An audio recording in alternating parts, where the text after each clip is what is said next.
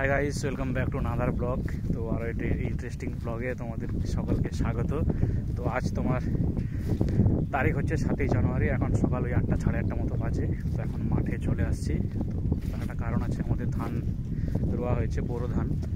তো আমরা চাষ করেছি তোমার দেরাদুন ধান, ঠিক আছে। চালটা একটু সরু, মানে বাড়িতে খাওয়ার জন্যই। আমাদের সব ভাগ চাষ, নিজেদের জমি নেই, ভাগ চাষ করা হয়। তো সেই জমিতে ধান রোয়া হয়ে গেছে আজ 15-20 দিন মতো। তো সেখানে চাপান দেওয়া হবে। আর এই যে আমি বীজ ট্যাঙ্কি কাঁধে নিয়েছি, বীজ দেওয়া হবে, ঠিক আছে। তো হেঁটে হেঁটে যাচ্ছি, যে মা বাবা ওখানে মাথায় সার বয়ে নিয়ে যাচ্ছে, আর আমি বীজ ট্যাঙ্কিটা নিয়ে যাচ্ছি। তার একটা কারণ আছে, কারণ আমি ওই ভারী জিনিসগুলো না বয়ে কেন এই হালকা জিনিসটা বইছি। তো সেটা তোমাদেরকে জমিনের সামনে গিয়ে বলবো, ঠিক আছে। চলো।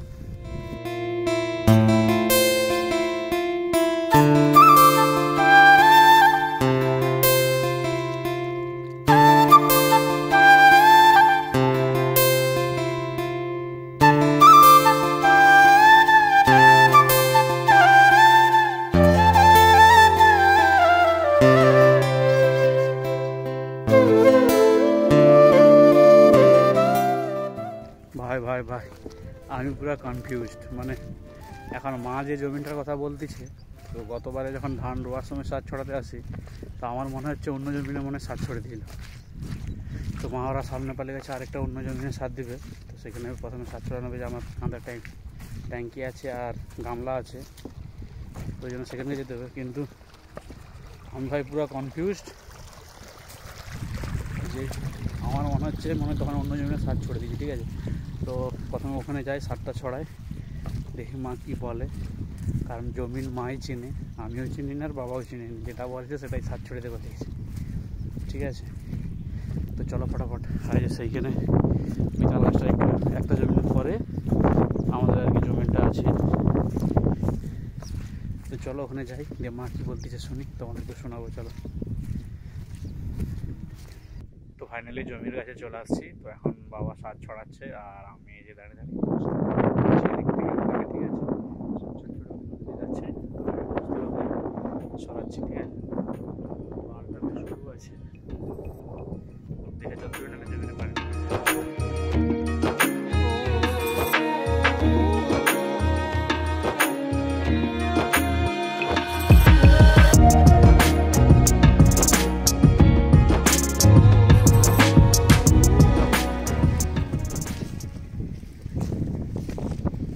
মোটামুটি এখন ব্যাপারটা গিয়ে দাঁড়িয়েছে যে জমিটায় তখন সার ছড়াচ্ছিলাম, তো সেই জমিটায় জল ছিল না।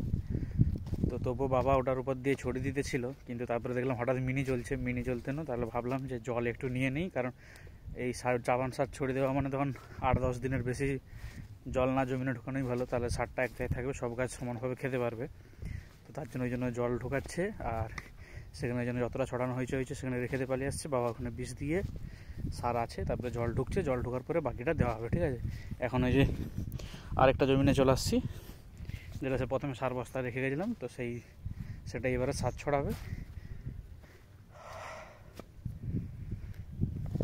মোটামুটি তার থেকে এর গাছ খারাপ, আর পাতলা রোয়া হয়েছে, ঠিক আছে। তো প্রথমে সেইটা রয়েছে, লাস্টে এটা রয়েছে, কিন্তু তা সত্ত্বেও তার থেকে এর গাছ পাতলা আর খারাপ হয়েছে। সারটা দেওয়া হোক, তারপরে দেখা যাক, পরে আবার যখন আসবো তখন দেখাবো কেমন সার হয়েছে।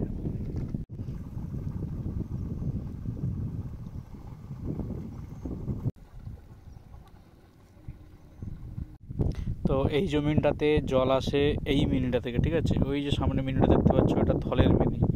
তো এটা থলের মিনি জল আসে, আর সেই যে জমিনটায় আমাদের জল আসে ওই দেখো দূরের মিনিটা 6 করার পরে তোমরা দেখতে পাচ্ছ, ঠিক আছে। ওইটা হচ্ছে সম্ভবত আশিস পাত্রের মিনি। তো সেই মিনিটা থেকে জল আসে, দেখতে পাচ্ছ কতটা দূরে।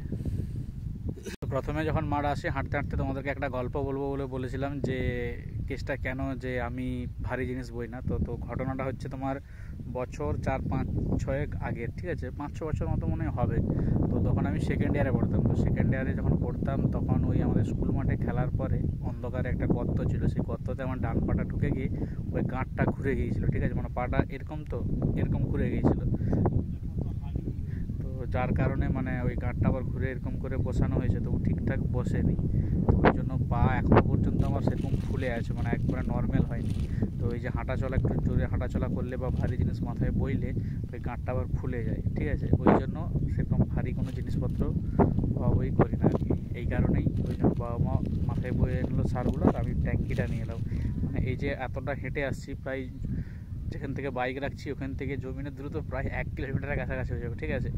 অতটা যে হেঁটে আসছি, হেঁটে আসতেই মানে আমার ওই পায়ের গাঁটগুলো ফুলে গেছে, মানে ওই গাঁটটা ফুলে গেছে, মানে একবারে টনটন করতেছে। তো ওই জন্যই আমি মানে মাঠে কেন, মানে বাড়িতেও সেরকম ভারী জিনিস কিছু মাথায় বই করি না, ঠিক আছে। এই হচ্ছে গল্প।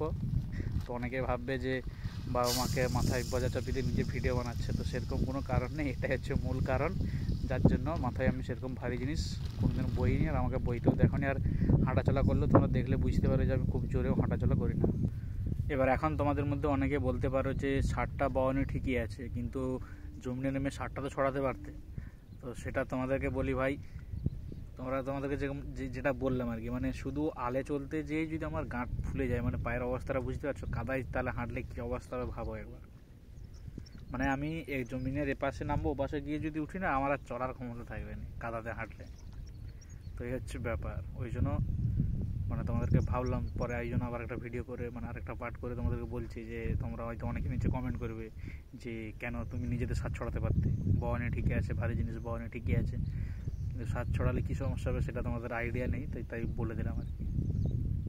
তো গাইস ফাইনালি বাড়ি পৌঁছে গেছি। এখন তোমার ঘড়ির কাটার টাইম হচ্ছে 1:21, মানে ভাবো 8টা সাড়ে 8টার সময় গেছিলাম মাঠে, তো এখন 1:21 বাজে। এই মাঠ থেকে জাস্ট ঘুরে এলাম। এই যে এখনও বিচ ট্যাঙ্কি, এই যে বুট ফুট সব গামবুট টুট সব বাইরে রয়েছে। তো এরপরে স্নান করবো, স্নান করার পর ভাত টাত খেয়ে আবার যেতে হবে রেশন তুলতে, ঠিক আছে। তো আজকে আমাদের এখানে রেশন দিচ্ছে, তো রেশন তুলতে যাব।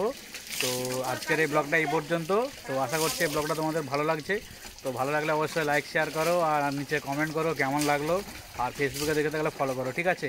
তো দেখা হচ্ছে পরে আরও একটি ইন্টারেস্টিং ব্লগের সাথে। তখন পর্যন্ত সবাই ভালো থাকো, সুস্থ থাকো, আর এভাবেই আমার চ্যানেলটাকে সাপোর্ট করতে থাকো। তো চলো দেখা হচ্ছে পরের ব্লগে। Tata, bye bye.